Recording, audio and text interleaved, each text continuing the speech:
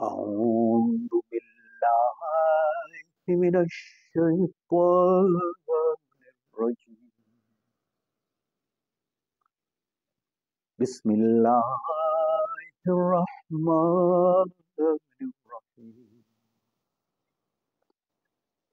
الحمد لله رب العالمين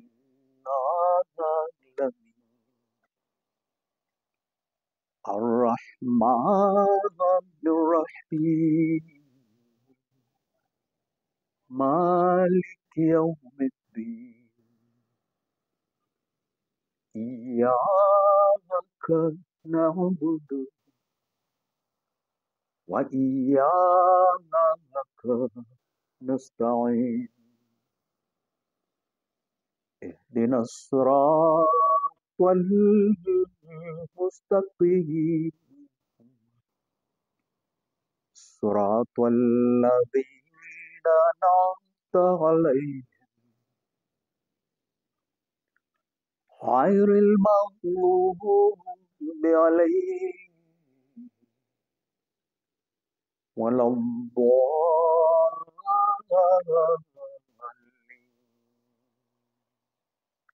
Amin. Sura Al-Fatiha ambayo tulianza toka katika darasa lililopita, darasa nambari 1, na leo tunaendelea na sura hiyo na maelezo yake, kama tulivyochambua kwamba dua zile tulizofundishwa ndani ya sura Al-Fatiha, dua zote zile zimeambatana na ujio wa mitume au wa utume baada ya Mtume Muhammad sallallahu alaihi wasallam, kwa sababu mtume ndiyo nukta ya juu kabisa au sayari ya juu kabisa ambayo kutuletea mawasiliano hai kutoka kwa Mwenyezi Mungu. Mtume wa Mwenyezi Mungu anapokuja, basi nguvu ya kiroho na nuru ya kiroho inateremka kwa wingi sana, kwa hali ya juu sana katika zama hizo. Kwa hiyo dua hizi zinatukumbusha somo la muhimu sana, kwamba neema ya Mwenyezi Mungu ya madaraja yale aliyoahidi itaendelea kuteremka kutoka mbinguni. Sasa tuliona namna gani Mwenyezi Mungu amefundisha, naanza dua namna gani? Ihdina siratal mustaqim, tuongoze katika njia iliyonyooka. Na alitoa maelezo yake kuonyesha kwamba inahusiana na aya ipi ya Qur'ani tukufu ambayo inaelezea habari za huko nyuma, kwa sababu visa na matokeo yote yaliyomo ndani ya Qur'ani tukufu kwa hakika si visa vya watu wa kale kama wanavyodhani wengine, bali visa vile ni mafundisho kwetu, ni mwongozo kwetu, kwa sababu Mwenyezi Mungu anasema kuhusiana na Qur'ani tukufu, dhalika alkitab, hicho ndicho kitabu, la raiba fihi, kisicho na shaka ndani yake, hudan lilmuttaqin, ni mwongozo kwa mchao Mwenyezi Mungu. Kwa hiyo visa vilivyomo ndani ya Qur'ani tukufu ukivihesabu kwamba ni visa vya watu wa kale, Mwenyezi Mungu huwa hapendi jambo hilo. Kila kilichomo ndani ya Qur'ani tukufu ni mwongozo kwa ajili yetu wafuasi wa Qur'ani tukufu, ambao tutaendelea patikana mpaka mwisho wa dunia. Bali wafuasi wa Qur'ani tukufu ni nani? Ni watu wa mitume wote, kwa sababu Mwenyezi Mungu alishika ahadi na manabii. Wa idh akhadha Allahu mithaqa nabiyyin, na kumbukeni Mwenyezi Mungu aliposhika ahadi kwa manabii, lama ataitukum min kitabin wa hikma, ni kisha wapeni kitabu na hekima, yani kukamilishiwa mwongozo wa kimbingu kupitia dhati ya Mtume Muhammad sallallahu alaihi wasallam, ambapo ufunuo wa kimbingu ulikamilikia kwake, kama vile Qur'ani imevyotueleza katika sehemu nyingine, al-yawma akmaltu lakum dinakum. Hii aya imeteremka kwa Mtume Muhammad sallallahu alaihi wasallam ikisema al-yawma, leo, akmaltu lakum dinakum, nimekukamilishieni dini yenu. Kwa nini imekamilika wakati ule?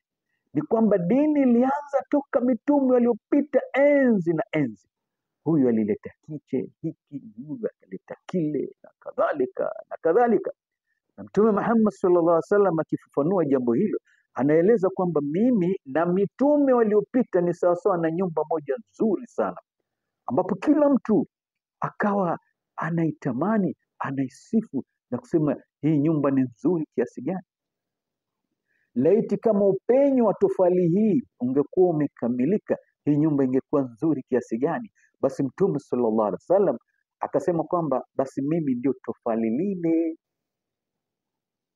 nimekuja kukamilisha jengo lile. Kwa hiyo Mtume Muhammad sallallahu alaihi wasallam, mafundisho ya Qur'ani tukufu ni mafundisho yaliyojumuisha mafundisho ya manabii waliopita, ambao Mwenyezi Mungu alitaka mafundisho yale yaendelee mpaka siku ya kiyama kupitia Qur'ani tukufu. Ndio maana wamenukuliwa sana manabii na mengine ambayo alimfunulia Mtume Muhammad sallallahu alaihi wasallam kuyakamilisha. Ndio maana Nabii Isa alayhi salatu wasalam aliwatahadharisha wafuasi wake, akiwaambia kwamba bado ni kali, ninayo mengi ya kukuelezeni, lakini hamwezi kuyavumilia sasa hivi, ila atakapokuja Roho wa kweli, yeye atakuelezeni kweli yote. Roho wa kweli ni nani?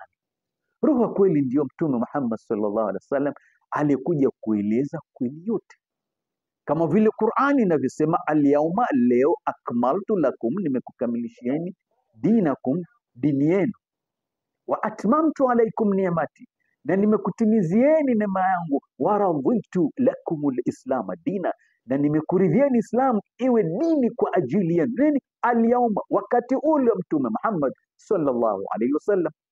Na hapa tunapata fundisho moja zuri sana, kwamba kuna Uislamu. Unaposikia Islamu, wako wengine wanachanganya mambo. Wanasema mitume wote waliopita dini yao ilikuwa ni ya Kiislamu.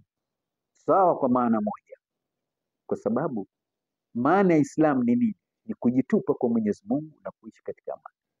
Kwa hiyo mitume wote walileta mafundisho ya kumtii Mwenyezi Mungu kikamilifu, sambamba na wahi waliopewa wakati ule. Kwa hiyo walikuwa ni Waislamu kwa maana hii, walijitupa kwa Mwenyezi Mungu kikamilifu kwa kumtii kikamilifu, na kuwafundisha watu wao wamtii Mwenyezi Mungu kikamilifu, wamwabudu sawa na ibada walizoteremshiwa wakati huo. Kwa hiyo Islam maana yake moja ni hii, kujitupa kwa Mwenyezi Mungu na kuishi katika amani. Mitume wote wa Mwenyezi Mungu walifundisha hiyo. Kwa hiyo mitume wote wa Mwenyezi Mungu wanakuwa Waislamu kwa maana hii. Alafu kuna Islam kama dina, kama dini ambayo ndio ile iliteremshwa kwa Mtume Muhammad sallallahu alayhi wasallam. Ndio Mwenyezi Mungu anasema, al-yawma akmaltu lakum dinakum, leo nimekukamilishieni dini yenu. Dini aliyopewa Mtume Muhammad sallallahu alaihi wasallam ina nguzo 5, na hizo nguzo 5 ukizitafakari kwa undani utakuta kwamba mitume wote waliopita kabla Mtume Muhammad sallallahu alaihi wasallam hawakuwajibika katika hizi nguzo 5 ambazo tumewekewa Waislamu.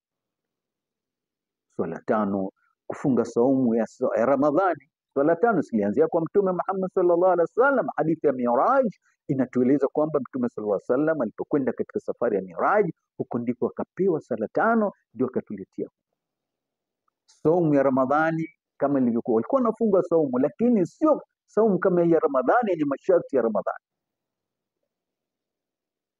Kwa hiyo kuna Uislamu kama dini, kama jengo ambao na nguzo 5. Jengo la dini ya Kiislamu ambayo aliyotuletea Mtume Muhammad sallallahu alaihi wasallam ikiwa imekamilika, ni jengo lenye nguzo 5. Nguzo hizo ukizitazama kwa manabii waliopita utakuta kwamba hazipo huko nyuma kama zilivyo hivi. Kwa hiyo kuna Uislamu ambao aliuleta Mtume Muhammad sallallahu alaihi wasallam uliokamilika. Sasa wale wafuasi wa manabii wote waliopita wakumbuke kwamba manabii wao, awe Musa, awe Isa, awe Harun, awe nani, wote hao walishika ahadi kwa Mwenyezi Mungu, kama hivi aya inavyotueleza, wa idh akhadha Allahu mithaqa nabiyyin Nakumbukeni Mwenyezi Mungu aliposhika ahadi kwa manabii, lama ataitukum min kitabi wa hikma, nikisha wapeni kitabu na hekima, thumma jaakum rasul, kisha wafikieni mtume, musaddiqun lima maakum, msadikishaji wale yaliyo pamoja nanyi, la tu'minunna bihi wa la tansurunnahu, ni lazima mumwamini na kumsaidia. Yani kitabu na hekima kikisha kamilika. Kilikamilika wakati gani? Wakati wa Mtume Muhammad sallallahu alaihi wasallam. Kwa hiyo kilikamilika pale. Mwenyezi Mungu anasema al-yawma akmaltu lakum dinakum, kwa Mtume Muhammad sallallahu alaihi wasallam, leo nimekukamilisheni dini yenu. Aya hii imeteremka kwa Mtume Muhammad sallallahu alaihi wasallam. Wa atmamtu alaykum ni'mati, na nimekutimizieni neema. Wa raditu lakumul islam ad-dina, yani leo wakati ule aya ile inatamka, nimekuridhieni Islam iwe dini kwa ajili yenu. Kwa hiyo hapa sasa dini imeshakamilika. Ahadi inasema nini? Wa idh akhadha Allahu mithaqa an-nabiyyin, nakumbukeni Mwenyezi Mungu aliposhika ahadi kwa manabii, lama ataitukum min kitabi wa hikma, nikisha wapeni kitabu na nikisha, yani nimeshakupa hicho kitabu na hekima. Thumma, nini inaofuatia? Jaakum rasul, atawafikieni mtume. Kuna mtume anayesubiriwa sana na Waislamu na Wakristo kama Isa bin Maryam, lakini Qur'ani inatueleza huyo ni Isa bin Maryam wa mfano. Walamma dhuriba ibn Maryam mathalan idha qaumuka minhu yasuddun, Qur'ani inatueleza kwamba na anapotajwa mwana wa Maryam kwa namna mfano, ndipo watu wako wanapigia kelele. Kama vile wana wa Israeli walikuwa na nabii wanayemsubiri kushuka kutoka mbinguni, nabii Elia au Elias. Ilitabiriwa, iliandikwa katika vitabu vyao kwamba Elia alipaishwa mbinguni alipokuwa juu ya gari la farasi, ukaja upepo wa kisulisuli, ule kimbunga cha hali ya juu kile kinaweka mviringo, basi akapaishwa na gari lake la farasi mbinguni. Na ikasemwa kwamba kabla ya kuja Masihi katika zama hizo za mwishoni za zama za wana wa Israeli, ambayo Isa bin Maryam, ambayo ilikuja miaka 1300 baada ya Taurati, atateremka nani? Atakuja nani? Elia. Kwa hiyo wana wa Israeli wakawa wanamsubiri nabii Elia ashuke kutoka mbinguni, macho yao yakawa mbinguni kumsubiri Elia ashuke ili waweze kutokewa na masihi wao ambaye ni Isa bin Maryam. Isa bin Maryam akatokea na kutoa matangazo kwamba yeye ndiye masihi wa wana wa Israeli. Wanazuoni kati yao akasema, kama wewe ndiye masihi, mbona hatujamuona Elia? Isa bin Maryam, kama imenukuliwa ndani ya Biblia, akawajibu kwamba Yohana Mbatizaji ndiye Elia. Wenye masikio na wasikie. Ukawa mtihani mkubwa kwa wana wa Israeli, wakafeli vibaya, wengi wao wakafeli. Wachache wenye busara, hekima na busara na uchamungu wakasema kweli anayosema Isa ni ya kweli. Huyu Elia aliyekuwa aje ilikuwa ni nabii mwingine. Kwenda kwake mbinguni mradi wake ni kwamba alikwisha fariki. Alifariki akiwa mtu mwema mwenye madaraja ya juu. Vivyo hivyo mtihani kama huu umetokea kwa umati wetu wa Islam na walimwengu kwa ujumla. Mtume Muhammad sallallahu alaihi wasallam naye pia alitoa bishara kwamba Isa bin Maryam, Mwenyezi Mungu atamleta Isa bin Maryam, lakini alifafanua vizuri. Sasa wenye busara, wenye hikma, wenye uchamungu wakatafakari maneno ya Mtume Muhammad sallallahu alaihi wasallam, wakajua wazi kabisa kwamba Isa huyo ambaye tunatabiriwa kwamba atakuja, basi ni kama vile Yohana Mbatizaji alivyokuja timiza bishara ya ujio wa Elia au Elias. Kwa sababu Mtume sallallahu alaihi wasallam alisema kuhusiana na huyo Isa bin Maryam atakayekuja. Kuna sehemu moja sema, ala fa innahu khalifati fi ummati, sikilizeni, huyu Isa bin Maryam, huyu Muhammad atakayekuja atakuwa ni khalifa wangu akitoka ndani ya umati wangu. Isa yule aliyetumwa kwa wana wa Israeli, Mwenyezi Mungu amemtaja ndani ya Qur'ani tukufu kuwa ni rasulan ila bani Israel, alikuwa ni mtume kwa ajili ya wana wa Israeli. Lakini huyo Mtume Muhammad sallallahu alaihi wasallam anasema fa innahu khalifati fi ummati, sikilizeni, kwa hakika yeye atakuwa ni khalifa wangu katika umati wangu. Kwa hiyo hapa kwa wenye akili anajua kabisa kwamba Isa bin Maryam atakayekuja kwa hakika atakuwa ni sawasawa na Elia yule aliyekuja kwa dhati ya Yohana Mbatizaji. Vivyo hivyo Isa bin Maryam atakayekuja, tunayemsubiri kuja, huyo atakuwa ni mtume mwingine atakayetoka ndani ya umati wa Mtume Muhammad sallallahu alaihi wasallam. Sasa wengi wamepotoka. Alafu Mtume Muhammad sallallahu alaihi wasallam alifafanua zaidi na kadhalika na kadhalika, lakini kwanza itabidi nimalizie ile aya ya ghairil maghdubi alaihim waladdallin. Jana kama mnakumbuka, tulitoa aya 3, ihdina siratal mustaqim, tukaiunganisha na aya nyingine ambayo inatoa ufafanuzi, siratal ladhina an'amta alaihim. Tukatoa pia aya nyingine ambayo inatoa ufafanuzi, na ghairil maghdubi alaihim waladdallin tukatoa aya nyingine inatoa ufafanuzi ambayo ni sura ya 40 aya 35.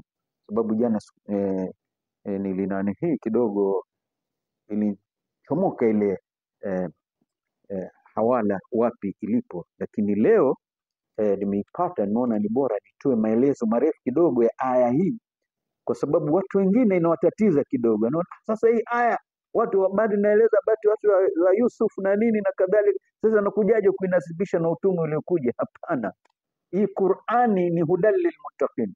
Visa au historia au matukio yaliyoelezwa humo tusihesabu kama ni visa, bali ni mwongozo. Qur'ani yote ni mwongozo, hudal lilmuttaqin, ni mwongozo kwa mchao Mwenyezi Mungu. Wenye kumcha Mwenyezi Mungu watapata mwongozo kutoka katika hata visa hivi, katika kila aya watapata mwongozo.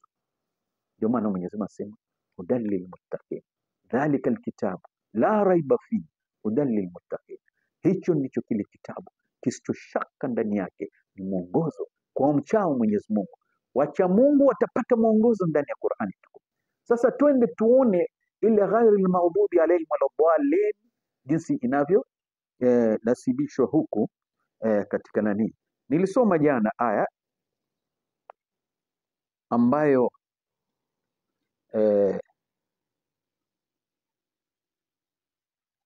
sura 40 aya ya 35 ambayo alisema walakad jaakum, na bila shaka aliwafikieni Yusuf min qablu, hapo zamani, bilbayinati, kwa ishara zilizo wazi, fama ziltum, lakini mkadumu, fi shakin, kuwa katika shaka, mimma, katika yale, jaakum bihi, aliyokuleteni, hata idha halaka, mpaka alipofariki, qultum, mkasema, lan yab'atha Allahu min ba'dihi rasulan, Mwenyezi Mungu hataleta tena mtume baada yake. Hili ni somo kwetu sisi Waislamu. Pia wale waliosema kwamba Yesu ni alfa na omega, ni wa mwanzo na wa mwisho, hakuna kitakachokuja baadaye, walibatilishwa kwa ujio wa Mtume Muhammad sallallahu alaihi wasallam na kwa ujio wa Hadhrat Mirza Ghulam Ahmad alayhi salatu wasallam. Ni kwamba utume ni neema. Mwenyezi Mungu hawezi kuikata neema. Ikiwa Ibilisi ataendelea kuja, sasa liwaje aikate ile neema ya juu kabisa? Ndio ile aya nyingine tusomeni jana katika sura An-Nisa, wa man yuti llaha wa rasula, na wenye kumtii Allah na mtume, fa ulaika ma alladhina anama Allahu alayhim, basi ni miongoni mwa wale walioneemeshwa Mwenyezi Mungu, minan nabiyyin was-siddiqin wash-shuhada, za manabii na masiddiq na mashahid na maswali, na hao ndio marafiki wema. Sasa hapa nasema kwamba kadhalika, sikilizeni, Mwenyezi Mungu asema kadhalika, kama hivyo. Hii ka ni harfu tashbih, inaitwa herufi ya kushabihiana, herufi ya kufanana. Kadhalika, kama hivyo. Kwa hiyo wale wanasema hii bana ni habari inawahusu tu watu waliopita, ni sawasawa na wale wanaosema kwamba asatirul awwalin, hivyo ni visa tu vya watu wa kale, havituhusu sisi. Hapana. Mwenyezi Mungu hapa jinsi anavyosema kadhalika, kama hivyo. Mradi wake ni kwamba wowote katika siku zijazo, hata katika zama zetu, watakayekuwa kama watu wa Yusuf na kutoa madai kama ya watu wa Yusuf kwamba hakuna mtume atakayekuja baadaye, basi waelewe Mwenyezi Mungu anasema kadhalika, kama hivyo, kama hivyo, wenye itikadi kama hizo, yudhillu Allahu man huwa musrifun murtab.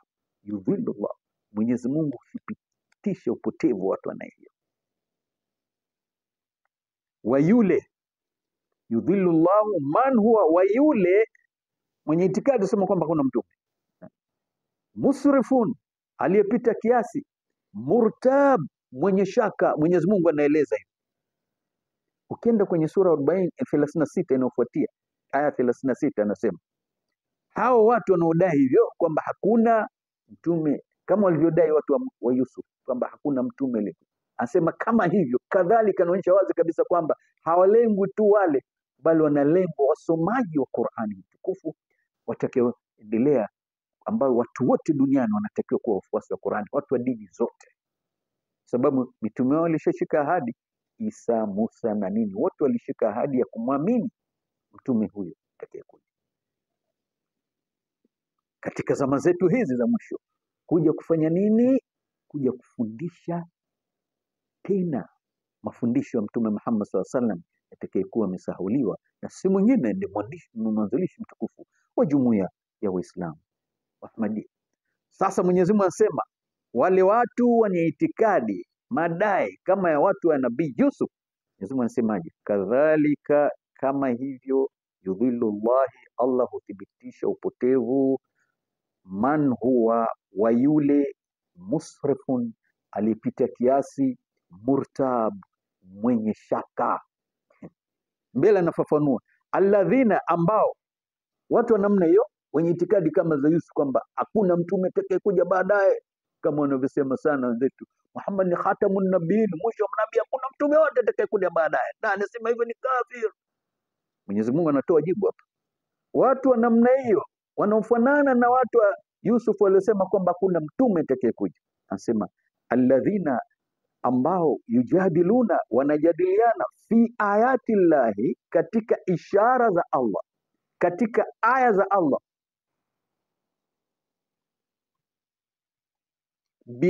bighairi sultanin atahum, pasipo dalili yoyote iliyowafikia. Wote wenye madai kwamba hakuna mtume baada, hawana hoja wala dalili. Walikosa hoja watu wa Yusuf, wale waliodai kwamba hakuna mtume baada ya Yusuf, sababu mitume wengi tu wamekuja baada ya Yusuf. Historia na Qur'ani tukufu natueleza mitume kadhaa walipo. Vile vile hao wanaodai katika zama zetu wameshika kitanzi cha kudai kwamba wao ndio watetezi wa Uislamu.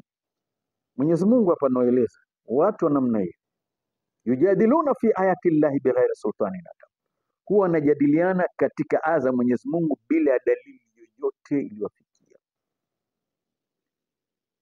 Anaendelea Mwenyezi Mungu, kabura maktan inda Allah, ni chukizo kubwa mbele ya Allah, wa inda alladhina amanu, na mbele ya wale walioamini. Waislamu, msikilizeni, msome Qur'ani kwa kutafakara na kutadabbur. Ukisoma kijuujuu tu kwa kuimba na kughani na nini na kadhalika, Mwenyezi Mungu anasema afala yatadabbaruna alquran, hivi hawa waitafakar, kwa hawa na kufuli katika mbongo zao. Maana ukiwa na kufuli vitu vya uwazi kama hivyo unaweza kushindwa kuvielewa. Ni kwa sababu ya nini? Ya kutoitafakari, kutoizamia kwa undani sana Qur'ani tukufu. Sasa anasema kabura maktan inda Allah, ni chukizo kubwa mbele ya Allah. Ni nini chukizo? Kitu gani chukizo hicho? Kudai kwamba hakuna mtume atakayekuja baadaye. Kwani utume ni laana? Utume ni neema kubwa sana ya juu kabisa. Sasa kama ikiwa watu wenye mati za manabii waliopita kama Musa alipata mtume walikuja, sasa Mtume Muhammad sallallahu alaihi wasallam aliyembora wa mitume wote akose mtume hata mmoja. Yeye mwenyewe kishasema Isa bin Maryam atakuja na atakuwa imamu wenu atakayetokana nanyi, kama vile katika Sahih Muslim na Sahih Bukhari na nini na kadhalika, ameeleza atakuwa ni imamu wenu atakayetokana nanyi, atakuwa ni khalifa wangu atakayetoka ndani ya umati wangu. Huyo atakuwa ni Isa wa mfano, kama vile Qur'ani inavyosema, walamma dhuriba ibn Maryam mathalan idha qaumuka minhu yasuddun. Na anapotajwa mwana wa Maryam kwa namna mfano, ndipo watu wako wanapigia kelele. Haya. Qur'ani iko wazi kabisa. Mwenyezi Mungu anaendelea kusema kadhalika yatba'u Allah, kadhalika, kama hivi. Sasa watu waseme kwamba hiyo walikuwa wanaambiwa wale tu. Hapana, hii ni harfu tashbih, herufi ya mfanano. Kadhalika, kama hivyo, yatba'u Allahu, ndivyo Mwenyezi Mungu apigavyo muhuri, ala kulli qalbi mutakabbirin, ala kulli qalbi mutakabbirin, juu ya kila moyo wa mjeuri. Mmesikia? Ndio, mmesikia? Mwenyezi Mungu anasema kadhalika. Sikilizeni kwa makini hapo, anaelezewa watu wanaofanana na watu wa Yusuf waliosema kwamba hakuna neema utume itakayekuja baadaye. Anasema kadhalika, kama hivyo, yatba'u Allahu ala kulli qalbi mutakabbirin jabbar, hivi ndivyo Allah apigavyo muhuri juu ya kila moyo wa mjeuri ajitukuzae. Sifa mbili za watu wenye itikadi hiyo, sifa ya ujeuri na sifa ya kujitukuza. Najua sana sisi, wewe hujui lugha, ukijadiliana nao utasikia wewe Kiarabu hujui, hujasoma, sijui nini. Yametoka wapi? Thibitisha usomi wako kupitia hoja na dalili. Faqad halaka man halaka an bayyinati. Yani nasema amehiliki yule ambao amehiliki kwa kukosa hoja na dalili. Ukikosa hoja na dalili, wewe ndio umehiliki. Sasa hapa Mwenyezi Mungu anasema alladhina yujadiluna fi ayati llahi bighairi sultanin atahum, wale watu wenye kusema kwamba hakuna neema ya utume utakayekuja, huwa wanajadiliana katika aya za Mwenyezi Mungu bila ya dalili yoyote iliyowafikia. Sasa wewe waulize hao wanaosema kwamba hakuna mtume yoyote atakayekuja baada ya Muhammad sallallahu alaihi wasallam, wana ushahidi gani ndani ya Qur'ani? Wana aya hii moja, aya inayosema makana Muhammadun aba ahadi min rijal, Muhammad si baba wa yeyote kati ya wanaume, walakin rasulullah, lakini yeye ni mtume wa Mwenyezi Mungu, wa khataman nabii, naye ni khatamu manabii. Sasa hapo ndio anashika, unaona khatam manake ni mwisho wa manabii. Mwisho wa manabii. Sasa kama maana ingekuwa hivyo, iweje mtume huyo aliyeteremshiwa aya hiyo atueleze kwamba atakuja Nabii Isa atakayetokana nanyi, imamukum minkum, atakuwa ni imamu wenu atakayetokana nanyi. Akasema sehemu nyingine, fa innahu khalifati fi ummati, kwa hakika huyo atakuwa ni khalifa wangu ndani ya umati wangu. Isa bin Maryam alikuwa katika umati wa Musa, kila mtu anaelewa hivi. Sasa hizi aya mzitafakari kwa kina sana katika mwezi huu mtukufu wa Ramadhani, msome, mzitafakari, mkafungue. Ndio maana nimezirekodi humu ili ujumbe huu ufike kwa watu wenye kutafuta elimu na haki. Wataipata haki kwa kutafakari. Unaposikia hizi, si unaanza kusonya na kutukana na nini na kubeza, utapitwa na mengi. Mwenyezi Mungu anasema asa antakrahu shay'an wa huwa khairul lakum, mnaweza mkakichukia kitu kumbe ni khairi kwenu, na mnaweza mkakipenda kitu kumbe ni shari kwenu. Sasa nyinyi kama mtapendelea maelezo yasiyokuwa na hoja na dalili, yasiyokuwa na bayina kutoka kwa maulamaa wenu, basi muelewe wazi kabisa Mtume sallallahu alaihi wasallam alitaja kuna maulamaa wa aina mbili watakaodhihiri katika umati wake katika zama baada yake yeye. Kuna wale ambao Mtume sallallahu alaihi wasallam alisema ulamau ummati ka anbiyai bani Israil, maulamaa wa umati wangu watakuwa sawa sawa kama manabii wa wana wa Israeli. Walikuwa na sifa gani manabii wa wana wa Israeli? Walikuwa wanateremkiwa na neno la Mwenyezi Mungu, walikuwa wanapata wahi kutoka kwa Mwenyezi Mungu, walikuwa ni wacha Mungu, watakatifu, wanafundisha yale ambayo yalifundishwa na mitume wao, hawapindishi. Walikuwa wanyenyekevu, hawana kibri, wapole, wenye kusaidia watu, wenye huruma, hawana majivuno, hawana kibri.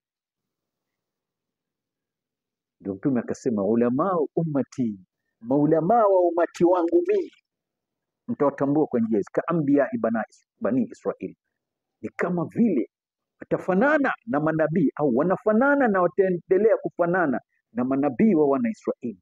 Wale walikuwa ni watu watakatifu, wacha Mungu kweli. Maulamaa wa namna hiyo watapatikana ndani ya umati wa Mtume Muhammad sallallahu alaihi wasallam. Lakini hapo hapo akataja maulamaa wengine ambao walikataa hata kujinasibisha nao, akasema ulamauhum, maulamaa wao hao watakaokuwa wanajinasibisha nami wakati wamekwenda kinyume na mafundisho, sharru man tahta adimi sama, watakuwa ni waovu kuliko wote chini ya mbingu. Min indihim takhruju alfitna wa fihim ta'ud, fitina itakuwa inaanzia kwao na kuwarejea wenyewe.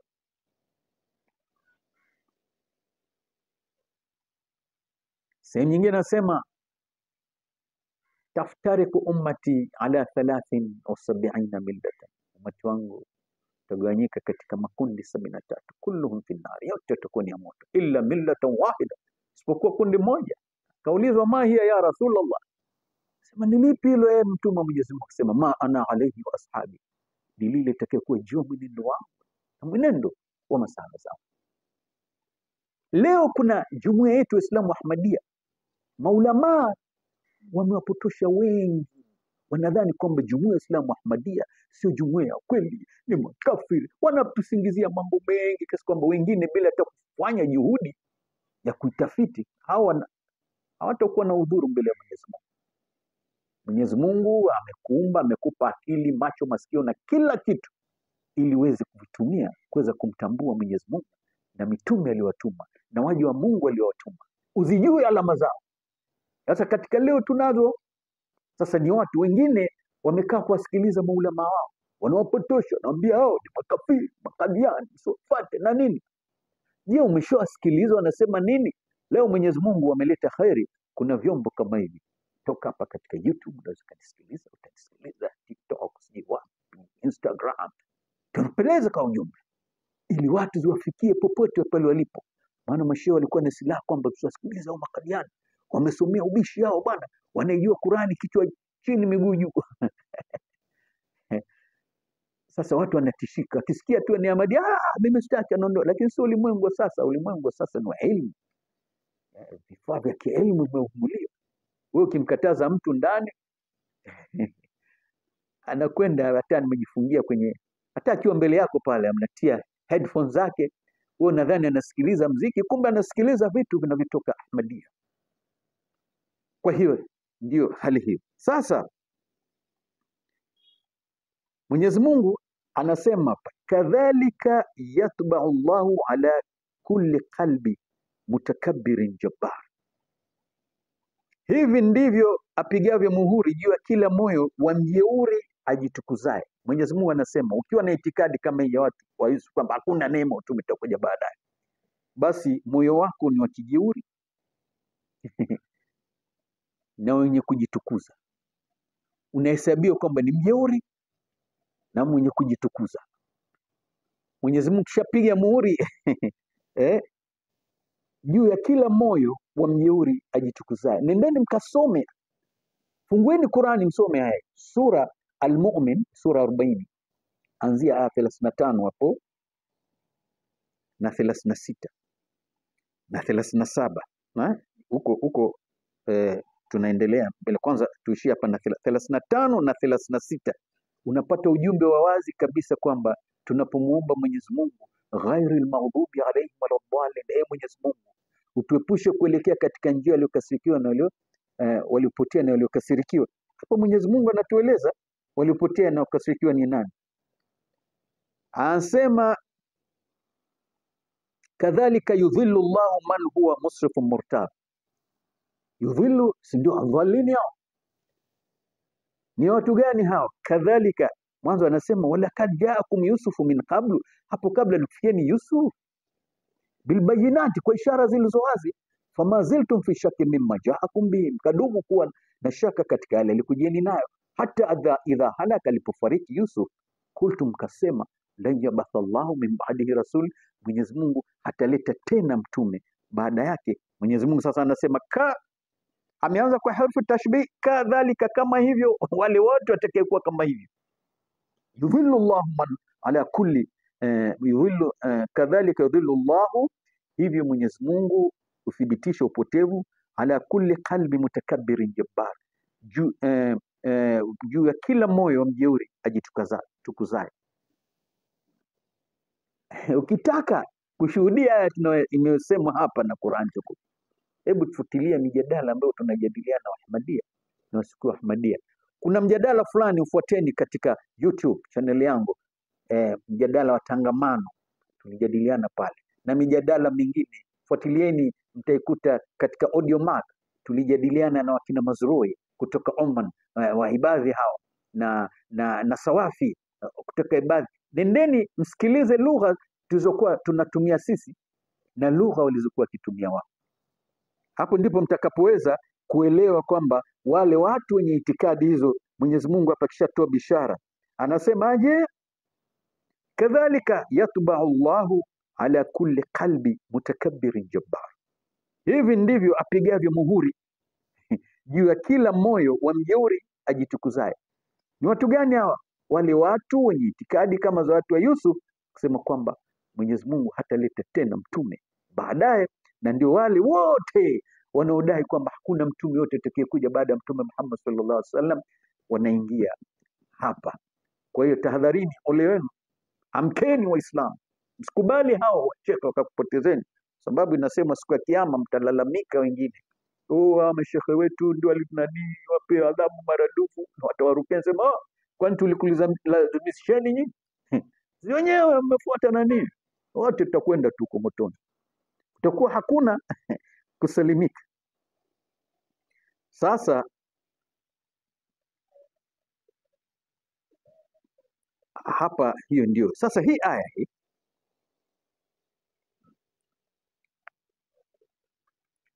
wengine wanasema unachukua habari za Yusuf. Nimeshafafanua hapa, Mwenyezi Mungu huweka kadhalika harfi tashbih mwanzo, anatubainishia hapa kwamba hizo sio habari za watu wa kale, sio asatirul awwalin. Hapana, ni kama vile alivyoanza katika Qur'ani tukufu, dhalikal kitab, hichi ndicho kitabu, la raiba fi, kisicho shaka ndani yake, hudan lilmuttaqin, ni mwongozo kwa mcha Mwenyezi Mungu. Ukiwa mcha Mungu utapata mwongozo katika aya hizi tunazosoma.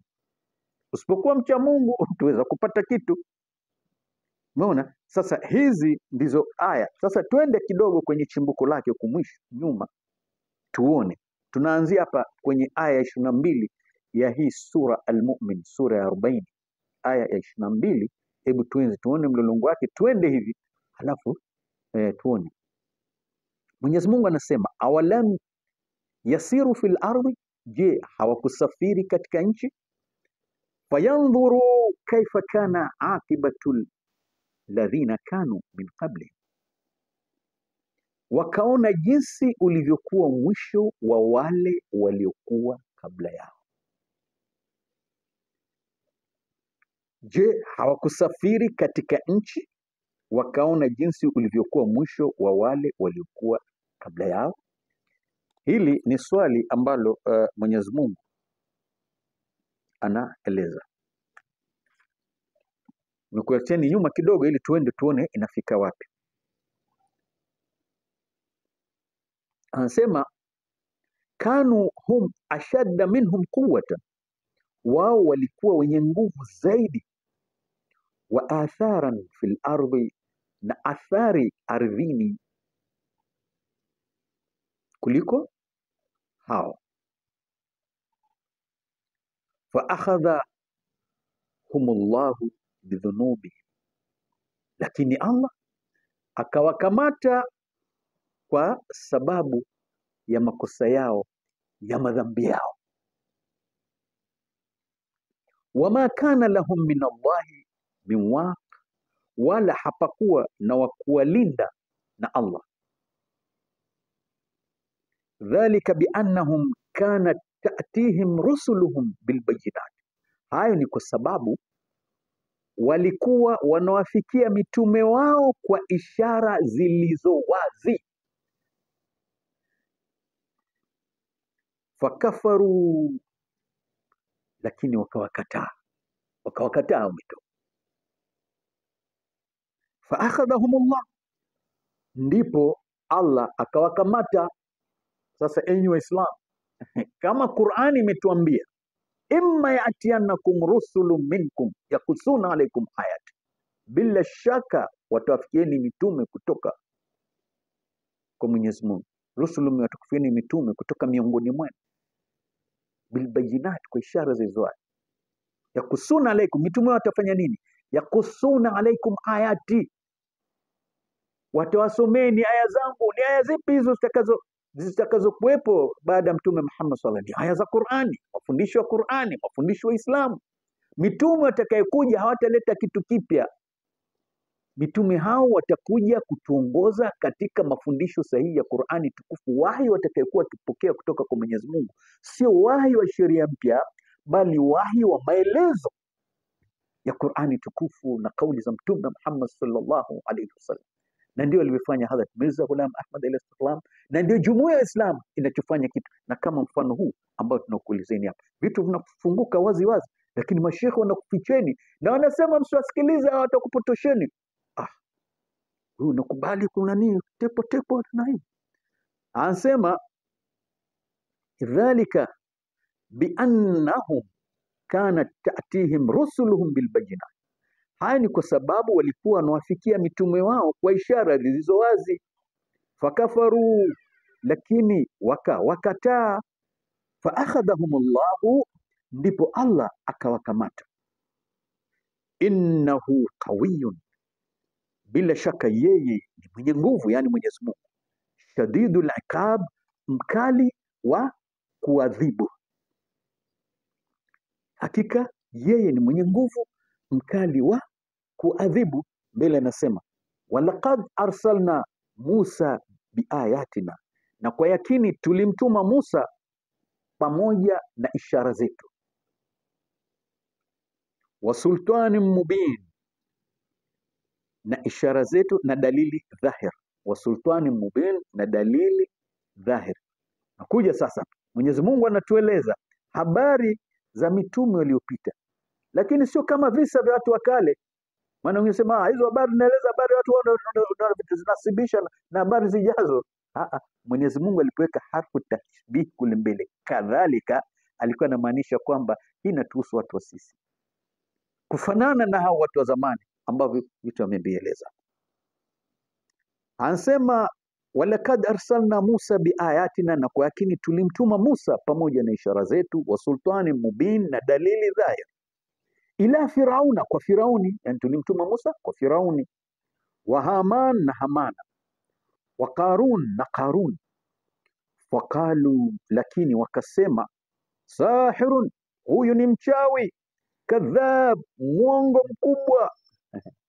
Kama vile Sayyidina Ahmad alayhi salam alipodai, mwanzishi mtukufu wa Jumuiya ya Islamu Ahmadiyya Hadhrat Mirza Ghulam Ahmad alayhi salam alipodai kwamba yeye ndio yule Isa bin Maryam, ndio yule Imam Mahdi, mashekhe, baadhi ya mashekhe wakaanza kupiga kelele wakitoa ile hadithi ya Mtume Muhammad sallallahu alaihi wasallam iliyosema kwamba inna limahdina ayataini lam takuna mundu khalqi samawati wal ardi, hakika kwa ajili ya Mahdi yetu kuna ishara mbili ambazo hazijawahi kutokea kwa yeyote aliyedai kutumwa na Mwenyezi Mungu, kuanzia kuumbwa kwa mbingu na ardhi.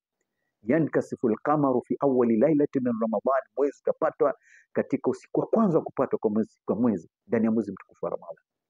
Watankasifu shamsu fi nisfi min, na jua litapatwa katika siku ya katikati au katika siku ya pili. Sikia mwezi umepatwa tarehe 13, 14, 15.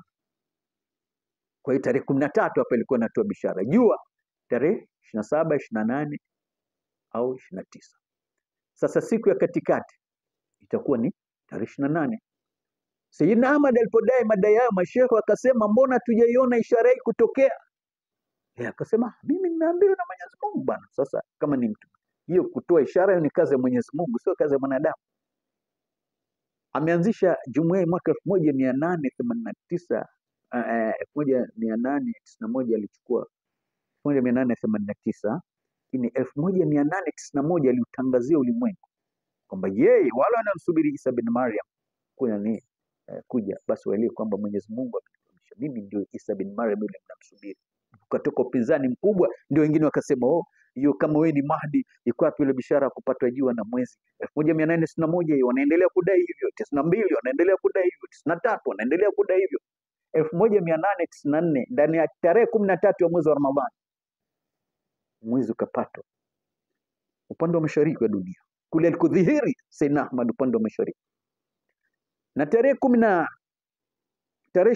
sasa ya mwezi huu wa Ramadhani likapatwa jua, ikawa imeonekana upande wa mashariki. Mwaka wa kesho yake 1895 kwa tarehe zile zile ikaonekana upande wa Western Hemisphere, upande wa magharibi ya dunia.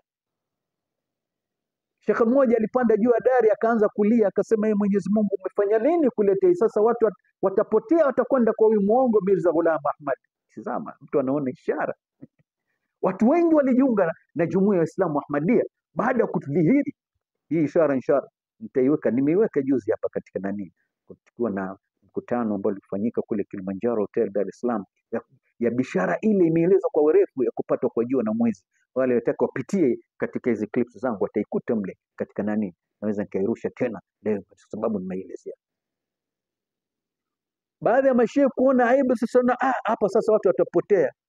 Yuko shehe mmoja akasema huyo sio ishara, huo ni uchawi, huyo ni mchawi, huyo mpiga ramli, huyo ana vifaa vyake vya kutazama jua na mwezi, aliona vitatokea hivyo ndio nani. Sema ishara bwana imetolewa na Mtume Muhammad sallallahu alaihi wasallam karne 13 iliyopita, yeye kaona vipi hivyo? Basi walimuita sahir kadhab. Na ndio ile aya ndani ya sura Saf Isa bin Maryam alipotoa bishara, wa ifqala Isa ibn Maryam, nakumbukeni Isa mwana Maryam aliposema ya bani Israil, enyi wana Israil, inni rasulullah ilaikum, hakika mimi mtume wa Mwenyezi Mungu kwenu, musaddiqan lima baina yadayya min at-taurati, nipasheni habari njema Taurati, mubashiran baina nikutene yaliyo mbele yangu katika Taurati, wa mubashiran bi rasul, na nipasheni habari njema ya mtume yati mimbadi, atakayekuja baada yangu, ismuhu Ahmad, jina lake litakuwa ni Ahmad, ismuhu.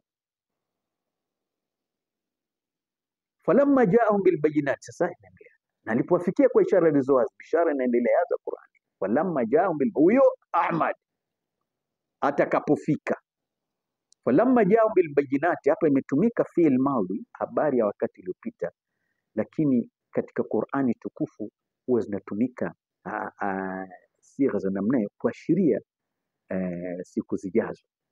Kwa hiyo falamma jaahum bil bayinat, alipowafikia ishara zilizowazi. Wengine ndio wanapotesema mtume aliyefika wakati huo si Mtume Muhammad sallallahu alaihi wasallam, bil bayinati, kwa ishara hizo. Kalu hadha sirrun, akasema huu ni udanganyifu uliovyaro. Wengine wanasema sema ni mchawi. Wapi Ahmad aliitwa mchawi? Sayyidina Ahmad alayhi wasallam aliitwa mchawi, kama nimevyoeleza hivi, pia aliitwa mdanganyifu pia. Na nani? Na wale waliojiwa na mtume huyu Ahmad anayetajwa hapa na Isa bin Maryam. Na iko hadithi za Mtume sallallahu alaihi wasallam ambayo imeeleza kabisa kwamba Mtume sallallahu alaihi wasallam alisema kwamba iswabatun taghzul hinda wa hiya takunu ma'al mahdi ismu Ahmad, kutakuwa na jeshi litakalopigana vita ya jihadi huko India, nalo litakuwa na Mahdi ambaye jina lake litakuwa ni Ahmad. Iko hadithi za Mtume na iko hadithi nyingine pia, ziko mbili za namna ambazo zinaeleza kwamba jina la Imam Mahdi litakuwa ni Ahmad. Kwa hiyo ni ishara iliyo wazi kabisa. Haya,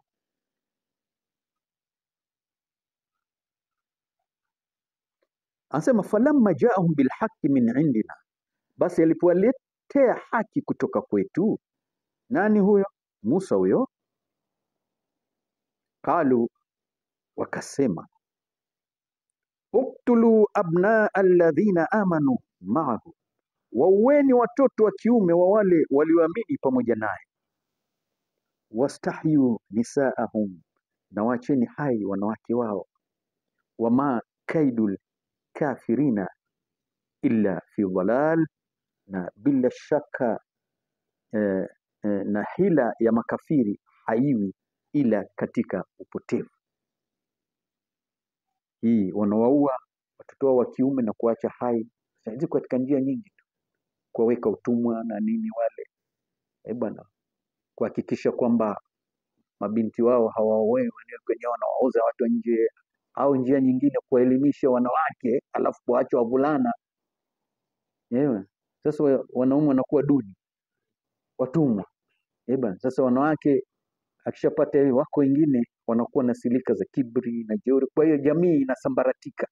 Ndio maana nakumbuka hata mama mmoja bungeni alipiga kelele, alisema jamani, sasa sisi tunawasomesha tu watoto wa kike, wana nafasi nyingi sana za masomo, yani wameelimika kweli kweli, wana shule zao special peke yao na wanakwenda kwa kasi, lakini na kuna michango mingi inayotolewa kwa dhamini na nini, lakini watoto wa kiume nasema imeonekana wengi sasa hawapati elimu. Sasa matokeo yake wanaanza wenyewe kupiga kelele wanasema sasa watoto zetu wa kiume wengine wazalea sababu hawana ajira, hawana elimu, wanakuwa mashoga. Sasa wakina mama ndio wana ajira na nini na kadhalika. Sasa sema mpango ni lazima uepushwe, ni lazima kwamba elimu ipatikane wote, na ndivyo Islamu inavyofundisha. Islamu imesema kwamba talabul ilm, kutafuta elimu, faridhatun ala kulli muslimin wa muslimatin, kutafuta elimu ni faradhi kwa kila Muislamu mwanamume na kila Muislamu. Sasa ukishaanza kuweka gap kwamba tunapewa kuna michango, kuna nini, wanarushwa kina mama, kweli wana shule nyingi na wamesoma kweli kweli na wana vyeo sana kweli kweli, na wako wengi wanaume wamekwama, jua kwamba alikuwa na akili. Sasa mipango ambayo itakayoleta faida kwa taifa ni ile mipango ya kama alivyofundisha Mtume Muhammad, elimu iwe kwa wote, asipatikane hata mmoja akakosa elimu. Leo China kama imepata mafanikio makubwa, jizatiti kweli kweli katika elimu, wanahakikisha wale mabilioni walionayo wamewekeza kweli kweli kwenye elimu kila hali. Matokeo yake tizama, wamevioteka uchumi wa ulimwengu. Iko vitu vingine vingi lakini vinatengenezwa na watoto wa shule tu. Sasa kama tunataka tupate mafanikio, fundisho la Mtume Muhammad sallallahu alaihi wasallam ndilo hili. Ni lazima tuhakikishe elimu inatolewa sawa, sio kuweka upendeleo kwa watu fulani, alafu matokeo yake miaka inapozidi kwenda unakuta ile grafu imebadilika. Unakuta wanaume wengi wako mitaani wanafanya kazi za machinga na nini na kadhalika, kina mama wanapata na nini, kuna madaraja. Sasa wako wengine nao hivyo itakuwa hivyo tena, kujiona na nini, wengine watadharau wamezao, wengine ndio watakuwa na nini na kadhalika. Sasa hivi vitu Qur'ani imeleta tiba nzuri sana kuhakikisha kwamba elimu ni faradhi. Faradhi maana yake ni lazima. Kitu ambacho ni faradhi usipokifanya unapata dhambi. Kwa hiyo lazima watu wote wasome elimu, na mtu ajione amemaliza pale, asijione amemaliza. Mtume alikataa, hata ukipata PhD lazima uendelee kujifunza. Useme mimi nimemaliza bana, umemaliza ngapi la 7? No, hapana. Form 4 hapana. Form 6 hapana. Sijui na mimi graduate hapana. Mimi PhD hapana, bado endelea tu. Kifanya hivyo basi mtakuwa mmemtii Mwenyezi Mungu na mtume wake Muhammad sallallahu alaihi wasallam, na maendeleo yatapatikana katika. Ikiwa wengine wameweza kupata maendeleo kwa njia, kwa nini sisi Waislamu ambao tumepewa? Sasa ni lazima tuhakikishe kwamba ni lazima tunazibana serikali zetu kuhakikisha elimu inakuwa kwa wote. Kila mmoja ni lazima apate elimu, awe mwanamume awe mwanamke, ili maendeleo ya kweli yaweze kupatikana. Falamma jaahum bilhaqqi min indina qalu, basi alipowaletea haki kutoka kwetu wakasema, hiyo ndio tumemaliza hapo. Asema wakala Firaun, na akasema Firauni, baada ya kuona miujiza, ishara, watu wanavutika kwa Musa. Alikuwa na personality. Mitume wa Mwenyezi Mungu huwa wana personality. Mwenyezi Mungu sababu anawataka wawe kivutio kwa watu na nini, huwa anawalinda na kasoro mbalimbali, ulemavu, sijui nini. Nakuwa ni watu wana personality za mvuto, very handsome, with high personality ya hali ya juu sana. Akija mtu pale huyu mtu kweli sio wa kawaida. Kama mnavyoona makhalifa wetu, ukiingia kule unakuwa hypnotized, unajua kabisa hapa nimefika. Sayyidina Ahmad alikuwa hivi. Watu wengi sana walipoona picha Sayyidina Ahmad mwenyewe alisema, mimi nimeruhusu picha zangu zitoke kwa sababu wako watu wengine wamepewa vipawa na Mwenyezi Mungu ya kuweza kuona picha tu akajua huyu ni mwongo au ni mkweli. Na ninacho kisa cha mwanafunzi mwenzangu ambaye ni marehemu, alikuwa anatokea Ivory Coast, Muhammad Idris. Anasema babake yeye alianza kujiunga katika familia, na wakati babake alikuwa ni miongoni mwa mashekhe wa Kisunni wenye misimamo mikali sana dhidi ya Ahmadiyya. Alikuwa mkali sana. Sasa akamweleza, akasema sawa, lakini mimi usinihubiri. Baba mtu anamwambia mtoto. Sasa siku moja akamletea kitabu kile cha Safina ya Nuh. Hicho kitabu mwanzo kina picha Sayyidina Ahmad. Basi ndio akaitazama ile picha, akaitazama sana, akasema kwa jinsi ninavyoiona picha hii, huyu hawezi kuwa mwongo. Ndipo pale akamwambia, lakini mimi usinihubiri, wewe endelea mwenyewe. Ile alisema, maana yule alisema mimi nilikuwa na taraji kwamba atakichana ile kitabu. Lakini akaita, sasa yule ni mtu mzee tu, alisoma tu huko pengine madrasa shekhe na nini, lakini alikuwa na kipenda hivi vipawa viko kwa watu aina mbalimbali. Yuko mtu mwingine unaweza kumwona mtu wa kawaida tu na nini na kadhalika. Ndio maana Sinama anasema niliruhusu picha zangu zienezwe kwa ajili ya watu wa namna hiyo. Wako watu wengi ambao walioteshwa katika ruya, wakimwona fulani mzee mmoja mtakatifu sana, mcha Mungu, ana mvuto wa hali ya juu, anamwambia ungenipata. Baadaye anakwenda kwa Ahmadiyya, anakuta picha Sayyidina Ahmad, anapigwa mshtuko pale, sema huyu ndio nilimuona. Wengine waliona makhalifa, khalifa wa kwanza, wa pili, wa tatu, wa nne, wa tano. Unaona bwana? Sasa hivi ndivyo vitu ambavyo sasa Firauni akasema, niacheni nimuue Musa,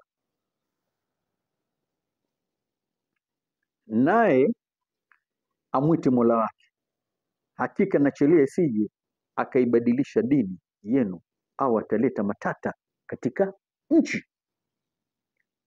Naona tuishie hapa, tutaendelea na hiki kipengele cha kesho ambayo ndio imekuja kuungana na ile walakad jaakum Yusuf min qablu.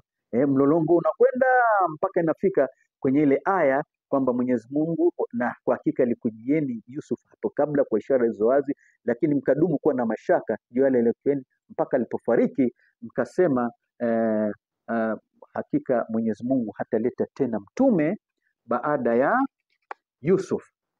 Naona kwa hiyo naona bora umekatika hapa leo, kwa hiyo imeanza kuwa giza.